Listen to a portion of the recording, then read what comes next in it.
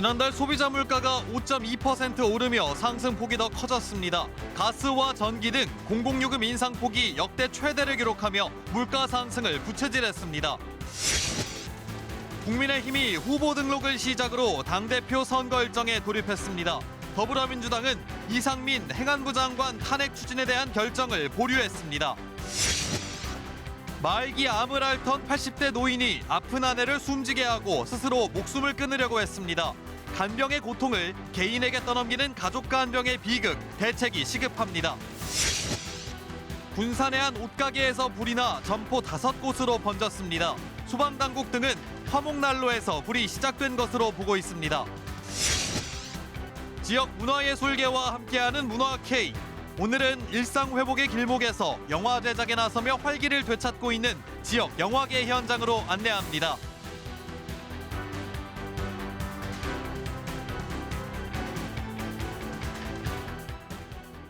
시청자 여러분 안녕하십니까? 전북 7시 뉴스입니다. 지난달 소비자 물가가 5.2% 상승하며 석 달 만에 상승폭을 확대했습니다. 전기, 가스요금 같은 공공요금의 인상이 물가 상승폭을 키웠습니다. 첫 소식 이승훈 기자입니다. 지난달 소비자 물가는 지난해 같은 달보다 5.2% 올랐습니다. 5%를 기록했던 전달보다 상승폭이 더 커진 겁니다. 물가는 지난해 5월부터 9개월째 5% 이상 높은 수준을 유지하고 있습니다. 지난달 물가 상승폭이 확대된 건 공공요금 인상의 영향이 컸습니다. 도시가스 요금은 1년 전과 비교해 36% 넘게 올랐고 전기요금도 30% 가까이 상승했습니다. 전기, 가스, 수도 요금을 합치면 모두 28.3%가 올라 관련 통계가 작성된 이후 최대 상승폭을 기록했습니다.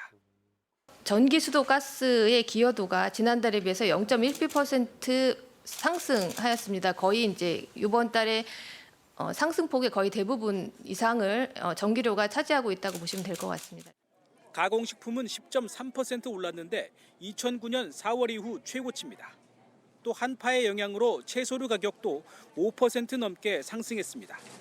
다만 8%를 넘던 외식비 상승률은 7%대로 조금 둔화됐고 국제 유가 하락에 따라 석유류 가격도 전달보다 상승폭을 줄였습니다.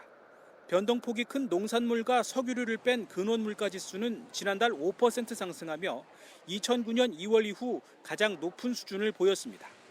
한국은행은 물가가 이번 달에도 5% 안팎의 높은 수준을 유지할 것으로 예상했습니다. 특히 중국의 경제활동 재개에 따른 원자재 가격 상승 등 대내외 불확실성이 높은 상황이라고 분석했습니다. KBS 뉴스 이승훈입니다. 정부가 전세 사기 피해를 막겠다며 종합 대책을 내놨습니다. 앞으로 전세 보증금이 집값의 90% 이하인 주택만 보증보험에 가입할 수 있도록 했고 피해자들에게는 기존 전세 대출에서 갈아탈 수 있는 초저리 대출을 제공하기로 했습니다. 계현우 기자입니다.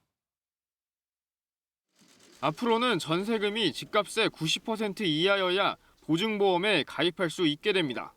당초 100%까지 허용돼 본인 자본 없이 수백 채 빌라를 사들이고 보증금을 떼먹는 이른바 빌라왕 사기를 막기 위해서입니다. 이때 빌라 가격 부풀리기를 차단하기 위한 대책도 나왔습니다.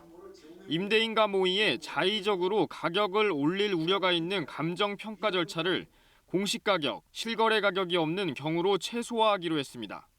임대보증 의무가 있는 등록임대사업자가 보증에 미가입하고도 제지를 받지 않았던 사각지대가 발견됨에 따라 이에 대한 관리도 강화됩니다. 임차인 거주주택은 보증에 가입해야만 등록을 허용하고 공실은 등록 후 가입을 허용하되 미가입 시 임차인에게 통보해 계약을 해지할 수 있게 하는 법안이 추진됩니다. 국토부는 임대인 정보나 시세를 확인할 수 있는 안심전세 앱도 출시했습니다. 악성 임대인인지 세금 체납 이력이 있는지 등을 제공하는데 다만 관련법이 개정될 때까지 집주인 동의가 있어야 확인할 수 있는 건 한계로 지적됩니다. 1에서 2%대 저리대출 확대 등 피해자 지원 대책도 나왔습니다. 기존에 2억 원이던 저리대출 가능 보증금 요건을 3억 원으로 완화하고 대출액 한도도 2억 4천만 원까지 확대하기로 했습니다. 기존 전세 대출을 저리로 대환할 수 있도록 지원하며 공공임대 등을 활용한 긴급 거처도 추가 제공토록 하겠습니다. 전세 사기 피해자가 불가피하게 전셋집을 낙찰받은 경우 청약시장에서 불리하지 않게 무주택 요건은 유지될 전망입니다. KBS 뉴스 개헌우입니다. 전기차 보조금 지급 계획이 한 달 늦게 발표됐습니다. 올해는 수입 전기차 보조금을 최대 20%까지 줄이고 배터리 성능에 따라 보조금을 차등 지급하는 게 핵심입니다. 어떻게 바뀌는 건지 김진호 기자가 정리했습니다. 올해 개편안으로 가장 큰 영향을 받는 건 수입 전기차입니다. 사후 관리 체계에 따라 보조금이 차등 지급되는데 직영정비센터가 있는지, 정비 이력 전산 시스템이 구축됐는지가 기준입니다. 최대 20%까지 보조금이 깎일 수 있습니다. 국내 수입 전기차의 경우 대부분이 직영이 아닌 국내 협력업체를 통해서만 서비스 센터를 운영하고 있어 영향이 불가피합니다. 전기버스는 배터리 특성까지 따져 최대 30%까지 차등 지급하기로 했습니다. 주로 낮은 밀도의 배터리를 장착하는 중국산 전기버스에 타격이 전망됩니다. 특히 배터리 안전 기준을 자체적으로만 인증해온 중국산 전기버스는 공인기관 안전인증 보조금 300만 원도 받을 수 없게 됩니다. 이럴 경우 국산과 중국산 전기버스의 보조금 차이는 최대 2천만 원이 넘게 됩니다. 다만 전기 승용차의 경우는 보조금 상한액을 모두 받을 수 있는 차량 가격이 기존보다 200만 원 오른 5,700만 원으로 정해졌습니다. 보조금을 받을 수 없는 고가 전기 승용차 가격은 8,500만 원으로 종전과 같습니다. 중대형 차량은 최대 680만 원까지 보조금이 나옵니다. 또 소상공인 등 취약계층이 전기 화물차를 살 때는 보조금을 30% 더 받을 수 있습니다. 하지만 전기 화물차는 보조금을 지원받을 수 있는 횟수가 기존 2년에 한 번에서 5년에 한 번으로 줄었습니다. 환경부는 오는 9일까지 의견 수렴을 거쳐 보조금 기준을 최종 확정할 예정입니다. KBS 뉴스 김진호입니다. 미국 연방준비제도가 올해 첫 통화정책회의에서 기준금리를 0.25%포인트 인상했습니다. 1년여 만에 최소폭 인상인데요. 치솟던 물가상승률 둔화세가 점차 뚜렷해지면서 연준이 금리 인상폭을 줄이긴 했지만 물가를 잡기 위한 금리 인상 기조는 계속 이어갈 거란 전망입니다. 뉴욕 한부경 특파원입니다. 미국 연방준비제도가 예상대로 기준금리를 0.25%포인트 인상하면서 미국 기준금리는 4.5에서 4.75% 구간으로 올라갔습니다. 1년 만에 최소폭으로 금리를 올리면서 연준이 일단 금리 인상 보폭을 줄이겠다는 의지는 확실히 내보인 셈입니다. 아직 멀었다고는 하지만 물가 상승률 둔화세가 뚜렷해지고 있고 지난해 강도 높게 이뤄진 금리 인상의 정책 효과를 살펴봐가면서 하겠다는 의미이기도 합니다. 그러면서도 제롬 파월 연준 의장은 물가는 여전히 너무 높은 수준이라며 금리 인상 기조는 계속 유지될 거라고 밝혔습니다. We continue to anticipate that ongoing increases will be appropriate in order to attain a stance of monetary policy that is sufficiently restrictive to return inflation to 2% over time. 이제 관심은 연준이 언제부터 금리를 동결할지 그리고 올해 안에 과연 금리 인하에 돌입할지 여부에 쏠리고 있습니다. 지난해 12월 회의에서 연준이 올해 최종금리를 5%에서 5.25% 구간을 제시한 상태이기 때문에 다음 달인 3월 회의에서 0.25%포인트 정도는 한 번 더 올릴 거란 전망이 우세합니다. 파월 의장은 최종금리가 어디까지 갈지는 매우 불확실한 상황이며 연내 금리 인하는 없을 거라고 덧붙였습니다. 이와 함께 현재 미국 경제 상황은 우려될 만한 경기 위축이나 실업률이 큰 폭으로 상승하는 일 없이도 물가가 안정되는 게 가능할 거라면서 미국 경제는 연착륙이 가능하다고도 덧붙였습니다. 파월 의장의 연내 금리 인하는 없다는 발언에도 불구하고 연준이 곧 금리 인상 작업을 마무리할 거란 기대감이 커지면서 뉴욕 증시 주요 지수는 모두 상승 마감했습니다. 기대 심리로 움직이는 시장은 늘 앞서가기 마련이지만 잘못된 방향으로 앞서가는 경우도 물론 적지 않습니다. 뉴욕에서 KBS 뉴스 한부경입니다. 국민의힘이 오늘부터 이틀 동안 진행되는 후보 등록을 시작으로 본격적인 선거 일정에 돌입했습니다. 김기현, 안철수 의원이 각종 여론조사에서 수위를 다투며 양강 구도를 굳히고 있는 가운데 친윤계 의원들은 이번엔 안 의원을 겨냥한 집중 견제에 나섰습니다. 강병수 기자입니다. 양강구도를 굳힌 김기현 안철수 의원은 당대표 후보 등록 첫날 나란히 등록을 마쳤습니다. 두 의원 모두 자신의 전당대회 승리를 자신하며 내년 총선을 이끌어 윤석열 정부의 성공을 뒷받침하겠다고 강조했습니다. 다만 윤석열 대통령의 의중, 이른바 윤심을 두고는 여전히 설전을 이어갔습니다. 대통령을 본인의 당대표 선거에 자꾸 끌어들여서 그것을 악용하는 모습으로 비치는 것은 좋지 않다. 윤심은 없다고 말씀하시지 않았습니까? 근데 저는 오히려 윤심 발휘를 하는 것이 아니라 윤힘이 되는 후보가 되겠다고 말씀을 드렸습니다. 윤상현 조경태 의원과 황교안 전 미래통합당 대표도 당대표 후보 등록을 마쳤고 이준석 전 대표와 가까운 천하람 전남 순천갑 당협위원장도 내일 출사표를 던질 예정입니다. 5명을 뽑게 되는 최고위원 후보자들도 오늘과 내일 일제히 등록에 나설 예정입니다. 전당대회 레이스가 본격적으로 막을 올린 가운데 친윤계로 분류되는 의원들은 일제히 안 의원 견제에 나섰습니다. 이철규 의원은 안 의원을 반윤으로 규정하며 스스로의 정체성을 밝히고 당원들의 선택을 받으라고 했고 박수영 의원도 인수위 시절 안철수 당시 위원장의 태도를 문제 삼았습니다.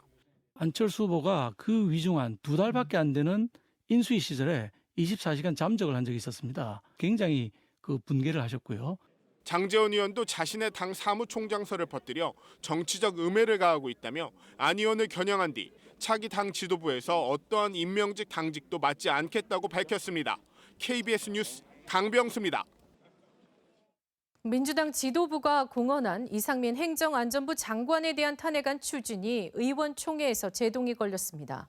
탄핵 근거에 대한 판단이 자의적이다. 헌법재판소에서 기각되면 역풍이 불 수 있다는 우려의 목소리가 나왔기 때문인데요. 민주당 지도부는 일단 의견을 더 수렴하기로 했습니다. 이지훈 기자입니다. 유가족의 사퇴 요구와 국회 해임 건의안 가결에도 물러나지 않은 이상민 행정안전부 장관. 민주당은 기다릴 만큼 기다렸다며 탄핵 여부를 확정하기 위한 의원총회를 열었습니다. 이상민 장관의 정치도의적, 행정적, 법적 책임을 묻는 일은 그 어떤 정치적 손해가 있더라도 반드시 매듭 지어야 할 일입니다. 하지만 막상 의원총회가 시작되자 신중론이 잇따라 표출됐습니다. 탄핵 판단의 근거가 자의적이니 더 전문적인 법률 검토가 필요하다. 헌법재판소에서 탄핵 소추안이 기각될 경우 역풍이 불 수 있다는 의견들이었습니다. 또 탄핵 추진이 이재명 대표 수사 방어용으로 보일 수 있어 국민들에게 큰 호응을 얻지 못할 것이라는 우려도 있었던 것으로 전해졌습니다. 결국 이 장관 탄핵을 당론으로 발의할지 여부에 대해 결론을 내지 못한 채 회의가 마무리됐습니다. 관련해서 더 많은 의원들의 의견을 수렴하는 좀 시간이 좀 필요하다 이런 생각이 들어서 좀 더 의견 수렴을 해서 그렇게 해서 결론을 좀 내리겠다. 민주당은 다음 주에 다시 의원총회를 열어 탄핵 추진 여부를 결정하기로 했습니다. 하지만 당내에서도 신중론이 제기된 만큼 추진 동력이 상당 부분 약해졌다는 관측도 나옵니다. 그동안 역대 국무위원 탄핵 소추안은 모두 3명에 대해 발의됐는데 이 가운데 국회를 통과한 사례는 아직 없었습니다. KBS 뉴스 이지윤입니다.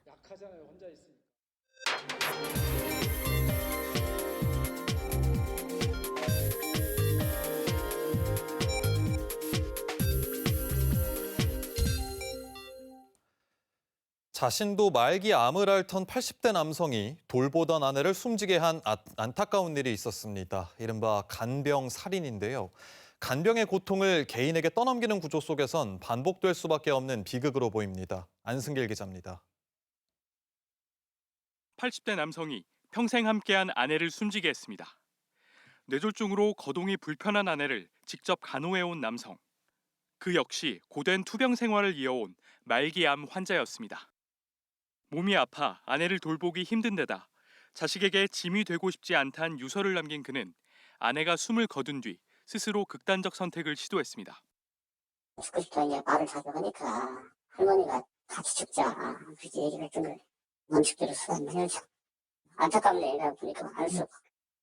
고통 끝에 돌보던 가족을 숨지게 하는 이른바 간병살인.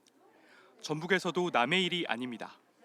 지난 2019년 군산에선 치매를 앓던 아내를 돌보던 80대 남편이 간병의 고통을 호소하는 유서를 남긴 채 아내를 숨지게 했고 이듬해 완주에선 간병에 지친 60대 아내가 남편을 숨지게 하려 한 일도 있었습니다. 비슷한 일이 끊이지 않는 원인, 간병의 부담을 가족이 떠안을 수밖에 없는 구조 때문입니다. 돌봄이 필요한 노인 가운데 동거 가족의 돌봄을 받는 비중은 74.5%. 장기 요양보험 등 가족 밖의 공적 돌봄 서비스를 받는 경우는 29.8%에 불과합니다. 지난 대선 당시 생활고에 아픈 아버지를 방치해 숨지게 한 영케어러, 가족 돌봄 청년 사연이 알려져 후보들마다 대책 마련을 이야기했지만 실효성 있는 정책으로 이어지진 않았습니다. 일본의 경우 간병살인 건수를 따로 집계하는 반면 한국에선 관련 통계조차 없는 게 현실. 치매나 중증 환자 돌봄이 지금처럼 가족에게 전가되다 보면 비극은 이어질 수밖에 없습니다. 돌봄의 일차적인 책임을 이제 사회나 국가가 지도록 하는 여러 가지 제도나 시스템이 갖춰지고 진행이 돼야 될 텐데 장기 요양 그 서비스를 이용하는데 본인이 부담해야 될 비용이 적지 않은 비용이거든요. 정책 결정권자의 난 의지가 굉장히 중요하다고 생각합니다. 떠안은 고통이 범행과 비극으로 이어지는 오늘, 간병의 무게를 사회가 함께 나누는 건 더는 미뤄선 안 될 과제입니다. KBS 뉴스 안승길입니다. 전북도의회 올해 첫 임시회에서 오현숙 의원은 5분 발언을 통해 대한방직터 개발에 전라북도의 적극적인 대응을 촉구했습니다. 개발 방식이 유사한 부산 롯데타워는 27년이 지난 지금까지도 컨벤션 센터와 놀이시설 등 수익성 있는 사업만 추진하고 타워는 건립하지 않았다며 강제력 없는 협약으로 편법 개발하게 둬선 안 된다고 주장했습니다. 또 전라북도가 도시기본계획 승인권을 최대한 활용해 전주시 시민공론화위 권고안을 반영하게 하는 등 개발의 공정성과 투명성을 확보해야 한다고 강조했습니다. 기후변화로 농작물 피해가 급증하고 있는 가운데 농작물 재해보험 농가 보장을 대폭 확대해야 한다는 주장이 제기됐습니다. 전북도의회 오은미 의원은 임시회에서 2002년부터 농작물 재해보험을 시행하고 있지만 까다로운 보상 체계와 가입 품목 제한으로 전국 보험 가입률은 45%에 불과하고 현실적인 보상도 받지 못하고 있다고 주장했습니다. 특히 2020년 이후 장마와 태풍, 병해충이 끊이지 않아 농가 피해가 극심해지고 있다며 보험의 농가 보장을 크게 늘려 농업 공공성을 강화하고 농민의 생존권도 보장해야 한다고 강조했습니다. 오늘 군산 시내 한 상가에서 난 불이 순식간에 번지면서 점포 5곳을 태웠습니다. 경찰과 소방당국은 오른 가스비를 감당하지 못하고 화목난로를 쓰다 불이 난 것으로 보고 있습니다. 김규희 기자입니다. 건물 지붕이 온통 시커멓게 그을렸고 상가 안에 있던 물건은 대부분 타 재만 남았습니다. 오늘 오전 10시 20분쯤 군산 시내의 한 옷가게에서 불이 났습니다. 불은 순식간에 옆 점포 4곳으로 번졌습니다. 건물 지붕이 화재에 취약한 샌드위치 패널로 돼 있어 옷가게에서 시작된 불은 순식간에 인근 점포로 옮겨붙었습니다. 여기를 이제 왔을 때에 이미 타고 소방 진행 중이었고 많은 연기가 새카만 연기가 많이 치솟고 있는 상황이었고 뭐 사람 접근할 수도 없었고 그런 상태가. 불이 난 건물은 350제곱미터의 소규모 건물로 스프링클러 설치 대상이 아닌 데다 좁은 공간에 여러 상가가 붙어있는 구조여서 피해를 키웠습니다. 이 불로 인명피해는 없었지만 소방서 추산 8천만 원의 재산 피해가 났습니다. 오른 난방비를 줄이려고 가스 대신 사용한 화목난로가 과열되면서 불이 난 것으로 추정됩니다.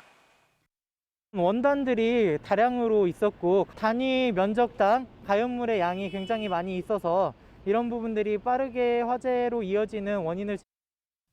경찰과 소방당국은 목격자 진술을 토대로 합동 감식을 거쳐 정확한 화재 원인을 조사할 예정입니다.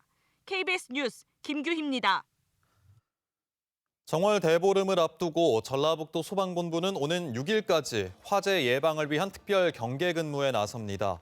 달집 태우기와 쥐불놀이 등 대보름 행사가 열리는 도내 40여 개 행사장에는 소방 인력과 의용 소방대를 비롯해 소방차 등을 배치할 계획입니다. 소방본부는 대기가 건조하고 바람도 강해 화재 발생 우려가 크다며 철저한 대비를 당부했습니다. 전라북도 자료를 보면 지난 10년 동안 산불 250여 건 가운데 68%인 170여 건이 봄에 발생했습니다.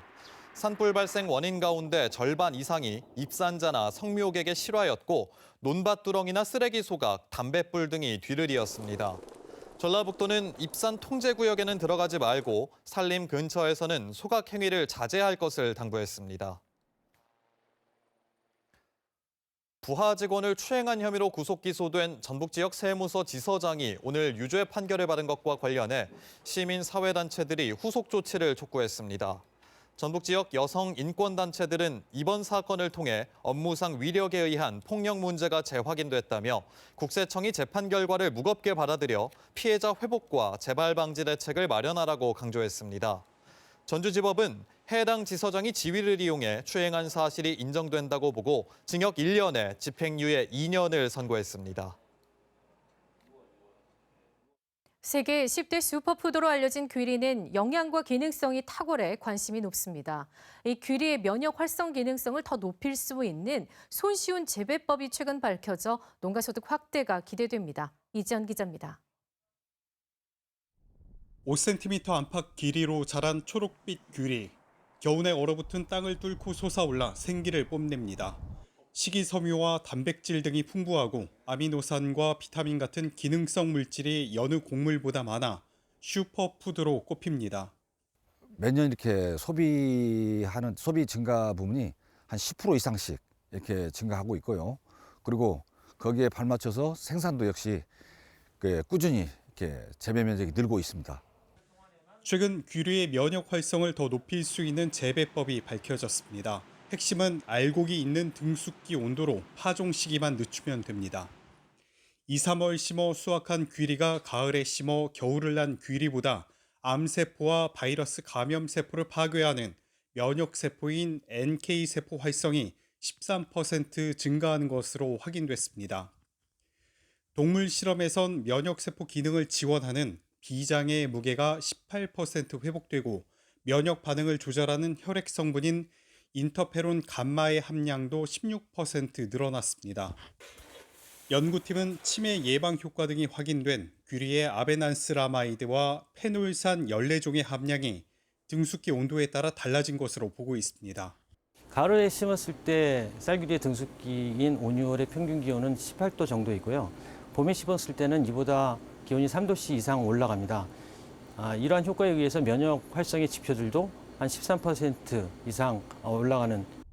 농진청은 등숙기 적정 온도를 추가로 조사해 지역별 파종 시기를 파악하고 봄 파종의 문제로 꼽히는 귀리 수확량 감소와 변형 등 부작용 해소 방안도 함께 연구할 계획입니다. KBS 뉴스 이재현입니다. 전주시청 주변과 풍남문, 영화의 거리 일대 등 전주 역사 도심지구에 커피 전문점과 제과점을 비롯한 프랜차이즈 입점이 가능하게 됐습니다. 전주시는 지구 단위 계획을 변경해 역사 도심지구 151만여 제곱미터에 프랜차이즈 업종 제한과 일부 건축 용도 규제를 풀기로 했습니다. 전주시는 역사 도심지구 규제 이후 빈 상가가 늘고 규제 완화가 필요하다는 민원이 이어져 변경을 결정했다고 설명했습니다. 전주시가 전주푸드 효천점에 대한 특정 감사를 진행 중인 가운데 마을 부엌과 카페 위탁 과정, 프로그램 참가비 수익금 정산 등에서 위법 소지와 절차상 문제가 있는 것으로 나타났습니다. 또 전주푸드 관계자가 정관을 어기고 용역에 참가한 사실도 확인했습니다. 전주시는 다음 주쯤 감사 결과 처분을 요구하고 이의 신청 기간을 거친 뒤 다음 달 감사 결과를 공개할 예정입니다. 장병익 전주시 의원은 지난해 11월 전주시 행정사무감사에서 전주푸드 효천점 운영 방식의 부적절성을 지적하며 감사를 주장했습니다.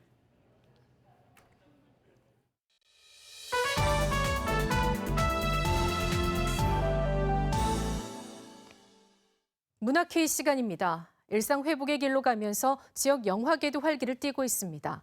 지역 영화인들이 단편 영화 제작에 나섰고 전주가 제작 지원한 영화가 이달 개봉을 앞두고 있습니다. 함께 가보시죠. 자, 레디, 액션. 네가 어찌 감히 그런 말을 해? 조선시대 춤꾼과 소리꾼을 키워낸 교방의 맥을 이어온 늙은 아버지. 전통을 따르지 않는 딸과 번번이 부딪힙니다.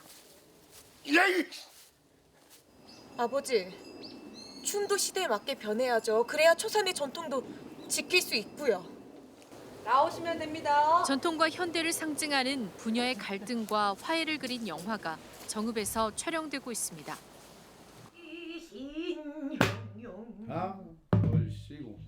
전통이라는 것들이 다 사라져가고 있어요. 그래서 그건 참 소중한 자산인데 현대 문화하고 조화를 이룰 수 있지 않을까, 조화롭게 상생할 수 있는 한번 생각을 해보자, 그런 취지에서.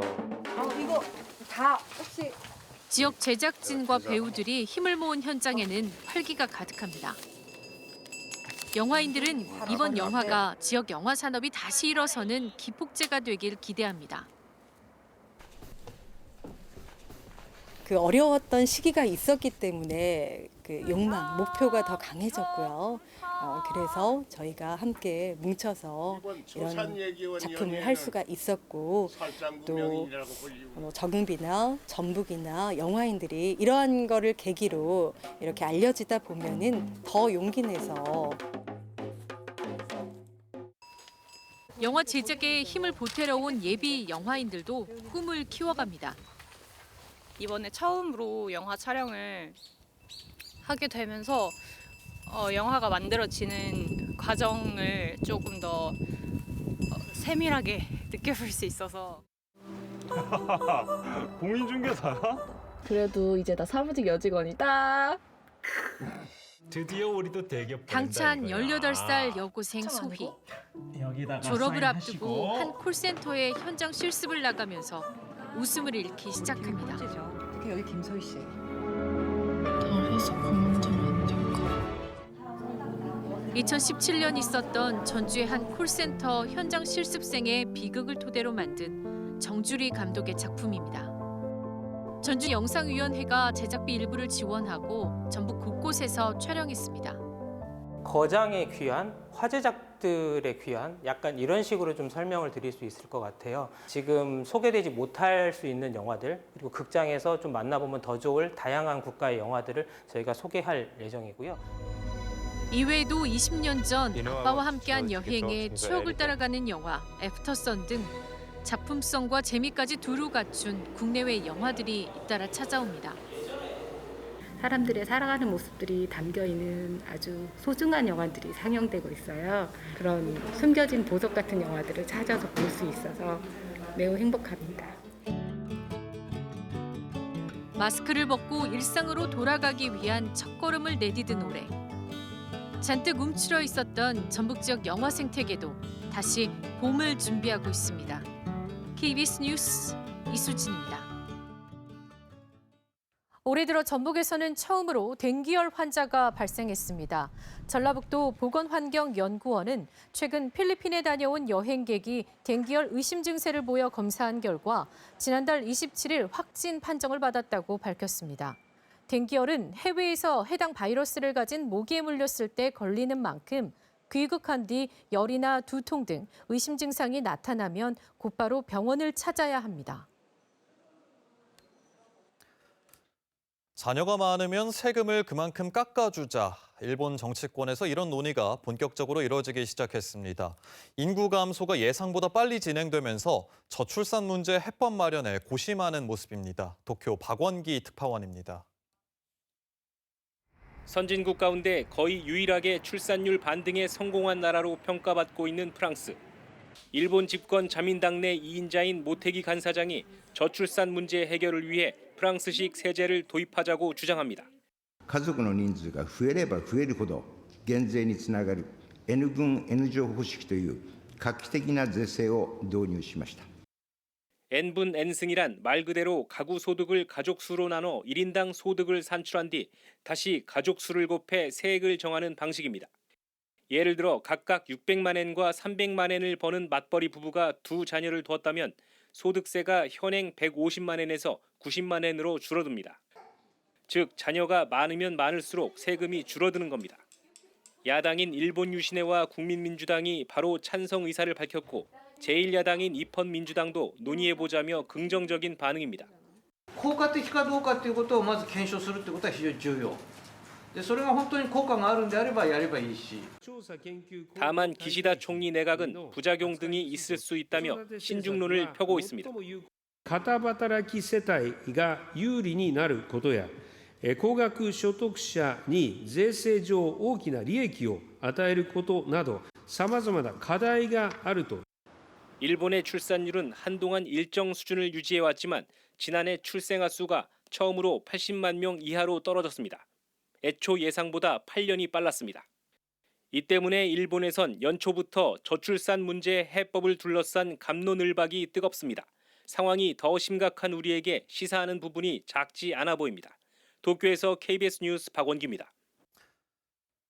일제강점기 미국에서 독립운동의 거점으로 활용됐던 미국 LA 옛 흥사단 본부 건물이 철거 위기에 놓였는데요. 국가보훈처가 이를 사들여 역사관광자원으로 활용하기로 했습니다. 최영윤 기자입니다. 미국 LA 한인타운 인근 주택가에 있는 한 목조주택.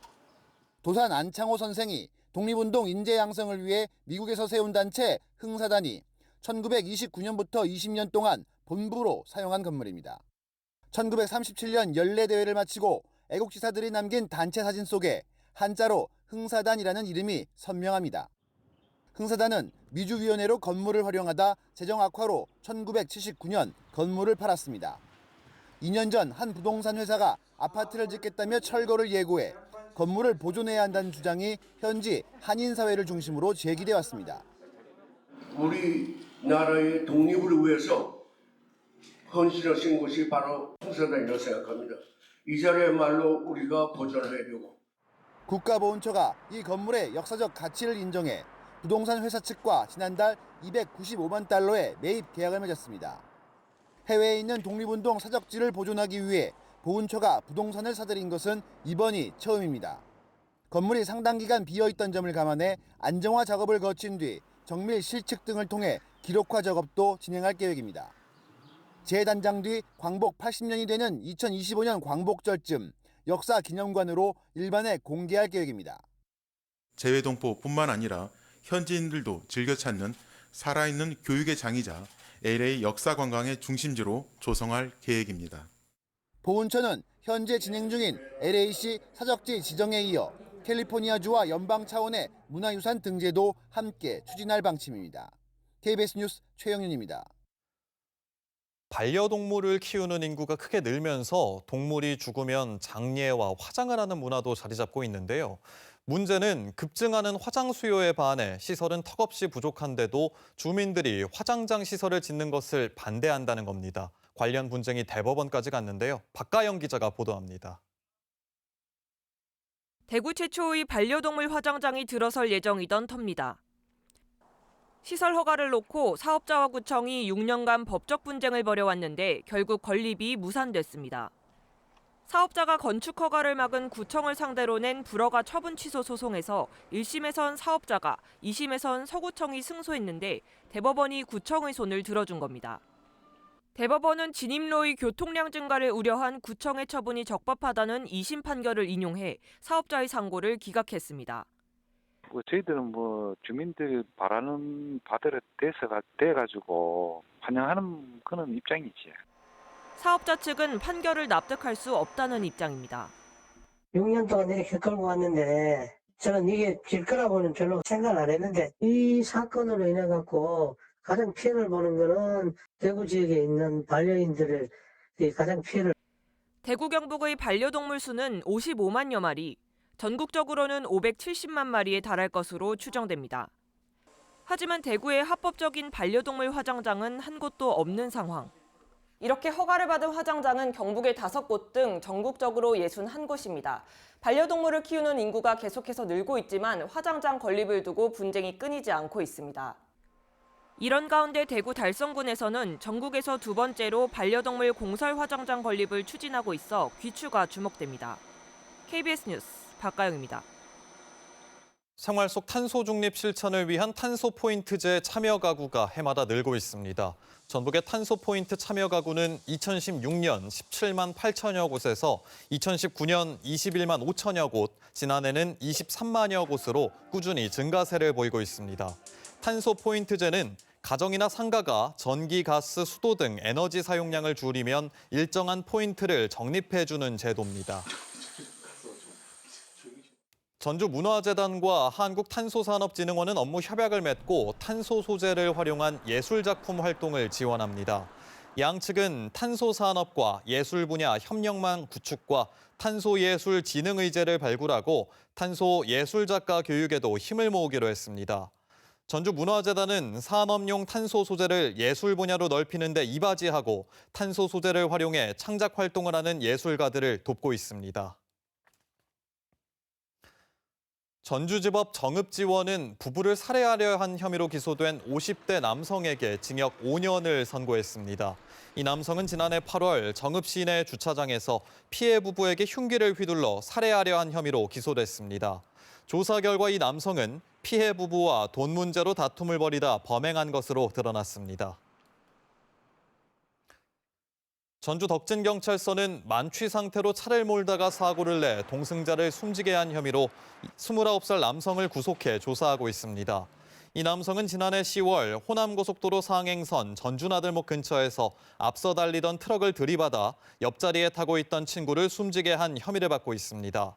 남성은 경찰 조사 때 숨진 친구가 운전한 것처럼 꾸몄다가 이후 진술을 번복해 혐의를 시인한 것으로 알려졌습니다. 전주시가 동물원 주변에 7만 제곱미터 규모로 놀이공원을 조성하는 드림랜드 현대화 사업을 추진합니다. 올 하반기까지 관련 용역을 진행한 뒤 결과를 바탕으로 위치와 조성 방식을 정할 계획입니다. 사업 기간은 2029년까지로 놀이기구 20여 가지를 갖출 계획입니다. 지난해 잇단 안전사고로 현재 드림랜드 운영은 중단됐고 안전점검을 마치면 다시 문을 열지 결정할 방침입니다. 더불어민주당 윤준병 의원 등이 규제 자유특구와 지역특화발전특구, 교육자유특구 등 6개 특구 설치를 담은 전북특별자치도법 개정안을 발의했습니다. 윤 의원은 전북특별자치도 출범이 1년도 남지 않은 상황에서 지역 발전에 필요한 구체적인 특례 조항이 부족해 개정안을 발의하게 됐다며 앞으로도 특례 과제들을 계속 발굴해 특별자치도법 내실화에 힘쓰겠다고 말했습니다.